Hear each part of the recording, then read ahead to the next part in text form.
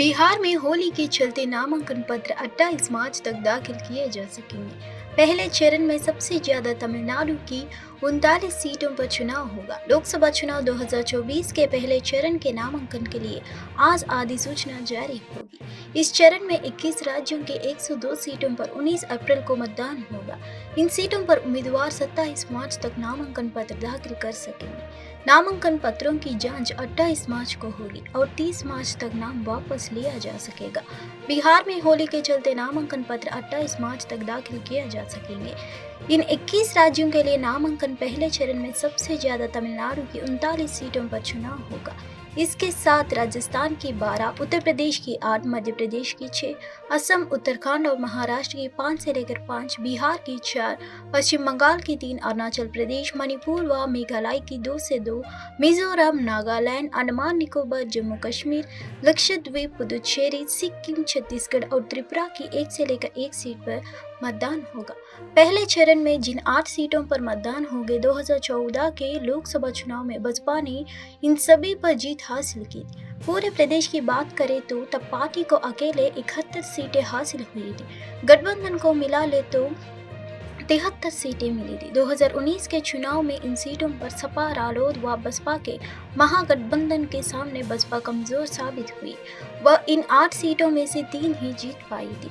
इस माहौल का असर यह हुआ कि सपा व बसपा ने पूर्वांचल में कई सीटें जीती और बसपा का अखंडा 62 पर ही थम गया है। इस साल ईरान के बाद अफगानिस्तान दूसरा इस्लामिक पड़ोसी है जिसके साथ पाकिस्तान की इस तरह की सैन्य तनातनी हुई है। आइए जानते हैं कि हाल में तनाव कैसे भड़का और पाकिस्तान अफगानिस्तान संबंधों और इलाके की राजनीति पर इसका क्या प्रभाव पड़ सकता है। चकलाला गैरासिन रावलपिंडी में उस समय माहौल गमगीन था जब पाकिस्तानी झंडे में लिपेट लेफ्टिनेंट कर्नल सैयद कैशव अली के कैप्टन मोहम्मद अहमद बदरते ताबूतों पर पूरे सैन्य सम्मान के साथ एम्बुलेंस से उतारा गया। उत्तरी वजीरिस्तान के मीर अली इलाके में एक सैन्य चौकी पर 16 मार्च को हुए मामले में अपनी जान गंवाने वाले अधिकारियों की अंतिम विदाई देने के लिए पाकिस्तान के शीर्ष सैन्य अधिकारी और राजनीतिक नेतृत्व सबसे आगे खड़ा था। सेना प्रमुख जनरल असीम मुनीर और राष्ट्रपति आसिफ अली जरदारी ने प्रार्थना सभा के बाद दूसरा सैनिकों के साथ तबूतों को कंधा दिया।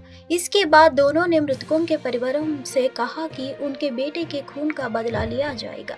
इसके कुछ घंटों बाद ही अफगानिस्तान से खबर आई कि पाकिस्तान ने सीमा पर कई ठिकानों पर हमला किया है। इसकी जानकारी अफगानिस्तान में तालिबान सरकार के प्रवक्ता ज़बीहुल्लाह मुजाहिद ने सोशल मीडिया प्लेटफॉर्म एक्स पर एक बयान जारी कर दी है। कांग्रेस ने लोकसभा चुनाव के लिए अपना घोषणा पत्र तैयार कर लिया है और जल्द ही इसे लोगों के बीच पेश किया जा सकता है। यह घोषणा पत्र 5 न्याय और 25 गारंटी पर आधारित होगा। पार्टी का कहना है कि यह उसके लिए न्याय पत्र है जिसे वह घर घर गारंटी के मंत्र के साथ देश के हर मतदाता तक पहुंचाने का प्रयास करेगी। कांग्रेस कार्य समिति ने इस घोषणा पत्र के मसौदे पर 3.5 घंटे की चर्चा के बाद पार्टी अध्यक्ष मल्लिकार्जुन खड़गे को इसे मंजूर करने और जारी करने की तिथि निर्धारित करने के लिए अधिकृत किया। कांग्रेस घोषणा पत्र में जिन 5 न्याय और 25 गारंटी का प्रमुख रूप से जिक्र होगा उनकी घोषणा भारत जोड़ो न्याय यात्रा के दौरान की गई है। घोषणा पत्र नहीं देश के लिए रोड मैप कांग्रेस के पूर्व अध्यक्ष राहुल गांधी ने एक्स पर पोस्ट किया। आज कांग्रेस कार्य समिति की बैठक में हमारे 5 न्याय और 25 गारंटियों समेत पार्टी के घोषणा पत्र पर गहन चर्चा हुई। भारत जोड़ो यात्रा और भारत जोड़ो न्याय यात्रा के माध्यम से हम लगातार गांव-गांव, गली-गली लोगों के बीच गए और देश की आवाज सुनी। हमने लोगों के साथ हो रहे अन्याय और उनके जीवन के संघर्षों को करीब से जाना और समझा। उन्होंने कहा, इसीलिए हमारा घोषणा पत्र और गारंटी महज दस्तावेज नहीं, करोड़ों देशवासियों के साथ हुए संवाद से निकला रोड मैप है जो रोजगार क्रांति और अधिकारपूर्ण भागीदारी के माध्यम से हर वर्ग का जीवन बदलने जा रहा है।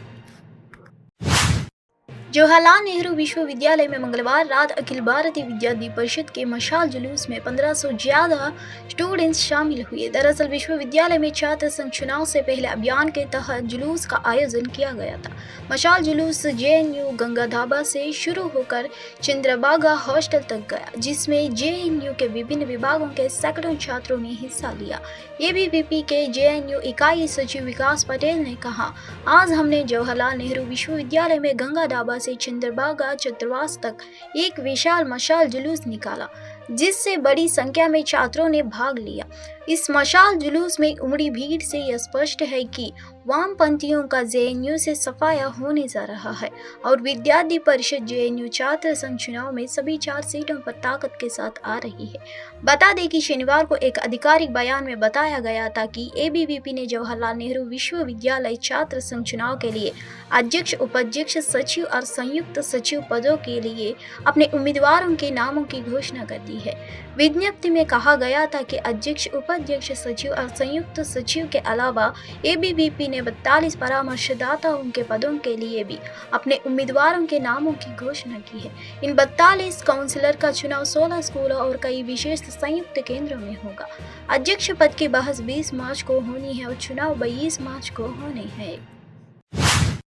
कैश के बदले सवाल मामले में मंगलवार को लोकपाल ने कहा कि तृणमूल कांग्रेस नेता महुआ मोइत्री के खिलाफ सीबीआई केस दर्ज करे और उन पर लगे आरोपों की जांच करे। लोकपाल ने एक आदेश जारी करते हुए सीबीआई से कहा कि वो जांच पूरी कर 6 महीने के भीतर अपनी रिपोर्ट सौंपे। लोकपाल ने अपने आदेशों में कहा, रिकॉर्ड पर मौजूद पूरी जानकारी का मूल्यांकन करने और उस पर विचार करने के बाद इस बात में कोई संदेह नहीं रह जाता है कि उनके खिलाफ लगाए जाए आरोप, जिनमें से अधिकांश में ठोस साबुत है, खासकर उनके पद को देखते हुए बेहद गंभीर है। इसलिए हमारी राय में सच को साबित करने के लिए इस मामले की गहन जांच जरूरी है। बीजेपी से लोकसभा सांसद निशिकांत दुबे ने महुआ मोइत्री पर आरोप लगाया था कि उन्होंने पैसे और तोहफे के बदले संसद में सवाल पूछे हैं। उनके आरोप था कि दुबई में रहने वाले बिजनेसमैन दर्शन हीरानंदनी से पैसे और तोहफे लेकर महुआ मोइत्री ने संसद में सवाल पूछे हैं। इस मामले में बीते साल दिसंबर में महुआ मोइत्री को लोकसभा से निष्कासित कर दिया गया था। संसद की एथिक्स कमेटी ने अपनी रिपोर्ट में महुआ को अनैतिक आचरण और गंभीर रूप से खराब आचरण को दोषित पाते हुए संसद से निष्कासित करने की सिफारिश की थी। महुआ पश्चिम बंगाल के कृष्णानगर सीटें से संसद चुनी गई थी। इस बार एक बार फिर तृणमूल कांग्रेस ने उन पर भरोसा जताते हुए उन्हें कृष्णानगर लोकसभा सीट से टिकट दिया है। बांग्लादेश में एक नया अभियान चल रहा है, लेकिन वास्तव में उसके देश के खिलाफ नहीं बल्कि भारत के लिए है। यह चलन मालदीव में शुरू हुआ, लेकिन बांग्लादेश में कुछ लोग, विशेष रूप से विपक्ष पार्टी बीएनपी की राष्ट्रवादी ने भी इसे अपना लिया है। बीएनपी ने लंबे समय तक देश पर शासन किया, लेकिन 2009 में उन्होंने सत्ता खो दी और तब से उसकी गिरावट का दौरा जारी है। बीएनपी ने 2014 में चुनावों का बहिष्कार किया है और 2019 में उन्होंने सिर्फ 5 सीटें जीती। खुद को देश में स्थापित करने के संकट में जूझ रही पार्टी बीएनपी की नई रणनीति को समझा जा सकता है। हाल ही में शेख हसीना की पार्टी ने बांग्लादेश में चुनाव जीता है और इसके बाद से ही वहां पर इंडिया आउट कैंपेन के तेजी से चलाया जा रहा है। जिस भारत ने पाकिस्तान से युद्ध करके बांग्लादेश को आजाद कराया, आज वहां पर ही उसके खिलाफ आवाज उठने के पीछे हमें इतिहास में जाना पड़ेगा। बांग्लादेश की पॉलिटिक्स में आतंकवाद, कट्टरपंथ और इस्लामीकरण के बीज उसके बनने के टाइम पर ही बो दिए गए थे। बांग्लादेश के बनने के कुछ समय बाद ही 1975 में father of the nation Bangabandhu Sheikh Mujibur Rahman की निर्मम हत्या कर दी गई है। यह क्राइम जनरल जियाउर रहमान के समर्थन से प्लान और एग्जीक्यूट किया गया था। जियाउर रहमान ने बांग्लादेश नेशनलिस्ट पार्टी का निर्माण किया और यह बांग्लादेश के प्रेसिडेंट भी बने हैं। कूच बिहार 19 मार्च को दिनहाटा में तृणमूल कांग्रेस और बीजेपी कार्यकर्ताओं के बीच झड़प हो गई। स्थिति को नियंत्रित करने के लिए पुलिस को लाठीचार्ज करना पड़ा। इस घटना में एक उपमंडलीय पुलिस अधिकारी घायल हो गए। तृणमूल कांग्रेस ने दिनहाटा में 24 घंटे के बंद का आह्वान किया है।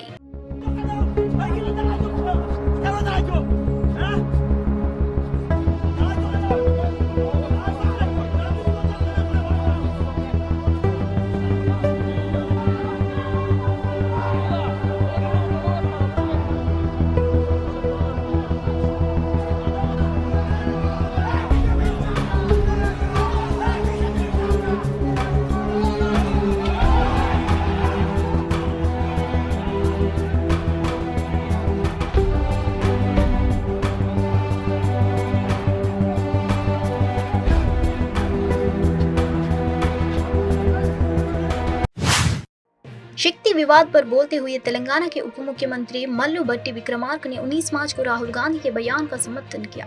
इस मुद्दे पर आगे बोलते हुए उन्होंने प्रधानमंत्री नरेंद्र मोदी पर हमला बोला और उन पर देश की जनता को गुमराह करने का आरोप लगाया। उन्होंने कहा, राहुल गांधी ने जो कहा वह कुछ और है, पीएम कुछ कहा और बात कर रहे हैं, इसलिए वह इस देश के लोगों का गुमराह करने की कोशिश कर रहे हैं। जानबूझकर मोदी जी किसी और चीज के नाम कर लोगों का ध्यान भटका रहे हैं। Congress party has already started preparing the ground for the Lok Sabha elections for a long time. We have been going around and we are game for it. The way PM attack on Shakti, on Rahul Gandhi. See, what Rahul ji said is something else and PM is talking something else. So he is trying to mislead and misguide the people of this country. What Rahul ji said, this kind of a Shakti of Narendra Modi, which is causing the damage to the constitutional institutions of this country. So, knowingly Modi ji is diverting the people on the name of something else, which is not correct, and everybody understood the situation. Is Congress guarantee going to win Telangana's people hearts? Of course, yes. We already won, and we are giving good governance to the people. We have already started implementing the guarantees also. आगामी लोकसभा चुनाव के लिए party के घोषणा पत्र को लेकर कांग्रेस नेताओं ने 19 मार्च को दिल्ली में एक बैठक की। प्रमुख बैठक के दौरान कांग्रेस कार्य समिति ने घोषणा पत्र को अंतिम रूप देने के लिए कांग्रेस प्रमुख मल्लिकार्जुन खड़गे को अधिकृत किया। CWC बैठक में बोलते हुए कांग्रेस नेता सचिन पायलट ने कहा कि जल्द ही आधिकारिक घोषणा पत्र की घोषणा की जाएगी और किसानों, युवाओं, महिलाओं और गरीबों पर ध्यान केंद्रित किया जाएगा। कांग्रेस नेता सचिन पायलट का कहना है, आज घोषणा पत्र को लेकर कांग्रेस वर्किंग कमेटी की बैठक हुई।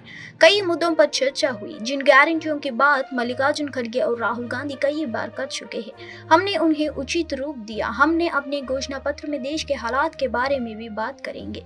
हम उस समय के लिए एक व्यापक खाका भी देंगे जब इंडिया गठबंधन जीतकर सरकार बनाएगा। हम जल्द ही अपना आधिकारिक घोषणा पत्र घोषित करेंगे। हमारा मुख्य ध्यान किसानों, युवाओं, महिलाओं को गरीबों पर है। आज मैनिफेस्टो की मीटिंग हुई थी कांग्रेस वर्किंग कमेटी की। अनेक मुद्दों पर हमने चर्चा करी है और जो गारंटीज़ खड़गे साहब और राहुल जी बार बार बोल चुके हैं उसको एक अमली जामा हमने पहनाया है। युवा है, किसान है, महिला है, श्रमिक हैं और सामाजिक न्याय लोगों को मिले, आर्थिक न्याय लोगों को मिले और जो वंचित वर्ग हैं उनके लिए कांग्रेस पार्टी समर्पित है। हम अपने मैनिफेस्टो में देश में जो हालात हैं उसका विवरण भी करेंगे, साथ ही एक ब्रॉड ब्लूप्रिंट भी देंगे कि आने वाले समय में हमारी पार्टी और इंडिया अलायंस हम लोग जीत कर आएंगे तो किस प्रकार से देश की चाहे अर्थव्यवस्था हो, चाहे रोजगार उत्पन्न करने की बातें हो, किसान, नौजवान, सब पर लंबी चर्चा हुई, अच्छी चर्चा हुई है और मुझे लगता है बहुत जल्द हम अपना औपचारिक मैनिफेस्टो की घोषणा करेंगे। सब पहलुओं पर चर्चा हुई है। जैसा मैंने कहा, मुख्य फोकस हमारा किसान, नौजवान, महिलाएं, गरीब तबका और जो वंचित वर्ग है उन पर अपना ध्यान फोकस किया है। इकोनॉमी कैसे और बेहतर बढ़ सकती है, आज जो खाई बढ़ गई है अमीर गरीब की, उस पर हम लोग चिंता करते हैं, कैसे इसको खाई को हम कर सकते हैं। आज देश में जो 17 मार्च को आजान और दौरान कथित तौर पर हनुमान चालीसा बजाने को लेकर भीड़ ने एक दुकानदार पर हमला कर दिया। हनुमान चालीसा विवाद को लेकर एक हिंदू संगठन ने 19 मार्च को बेंगलुरु में विरोध प्रदर्शन किया। इसी बीच प्रदर्शन के दौरान हिंदू संगठन और पुलिस के बीच झड़प हो गई। 19 मार्च को बीजेपी युवा मोर्चा के राष्ट्रीय अध्यक्ष तेजस्वी सूर्या भी विरोध प्रदर्शन में शामिल हुए हैं। हमारे हिंदू भाई पे अटैक हुआ है जो हनुमान चालीसा का पाठ सुन रहा था अपनी दुकान के अंदर, और 6 से 7 जिहादी गैंग, जो एक गैंग है जो अफीम तस्करी करते हैं, यहाँ पे है वो, मतलब एक प्रकार से खौफे लोगों के अंदर, वो गैंग द्वारा भाई के ऊपर अटैक किया जाता है। संडे जो घटना हुई उसमें अगर मुझे कुछ ज्यादा हो जाता, मैं मर जाता तो कौन जवाब लेता था।